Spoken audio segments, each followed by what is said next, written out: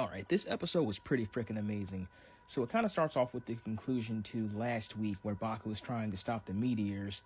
The miscellaneous ones hit the planetarium, but they're still waiting on the big one that's going to just destroy the Earth. And this is Baku's first major defeat if you don't count the one where he almost literally died.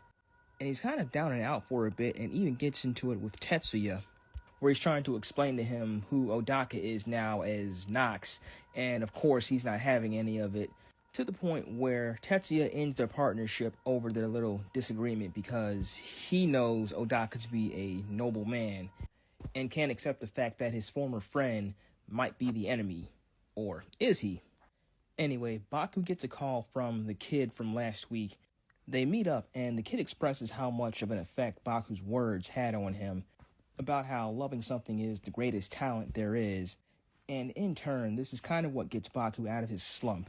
And they take a quick trip to the kid's home, which looks like it's this shed outside of this old business that his family used to own, but they had to close it ever since his dad got sick. But this brings Baku to the realization that this is where his mind's door might be, due to his family's financial hardship preventing him from becoming an astronaut. We also get the nightmare reveal for this two-parter, and it turns out to be the extinction meteor itself. So with the newfound resolve, before heading into battle, Baku pulls a new capsule from the Gashapon machine, and this one is gravity, and it's a purple capsule. And before facing off against the meteor, Nox steps in to try and stop Baku one more time, but to no avail. And with his new gravity form, Baku takes the fight to space and basically wipes the floor with the nightmare, even ending the fight by creating a black hole and pulling it away from the Earth. Although he ends up getting sucked in too.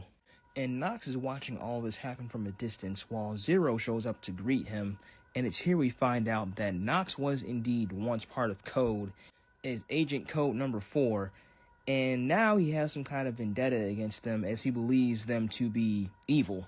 And this is what I meant when I said Nox might not be the enemy, because it seems like Code might not be the altruistic organization that they appear to be, as Nox claims that they sacrifice their own agents for their means. The episode ends with Baku's sister finding him in a deep sleep after not waking up from falling in the black hole.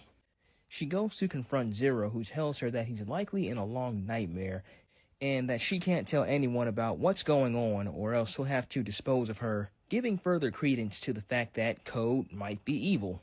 So all in all, this episode was freaking incredible. Just from the plot progression to the twist, and then just that cliffhanger at the end, it leaves me wanting more and excited to come back next time where we get a new power-up form.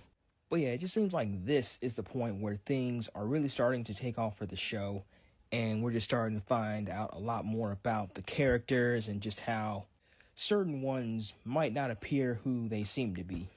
And I'm just so eager to find out what becomes of everything. So anyway, be sure to like, comment, and subscribe, and I'll see you all in the next episode.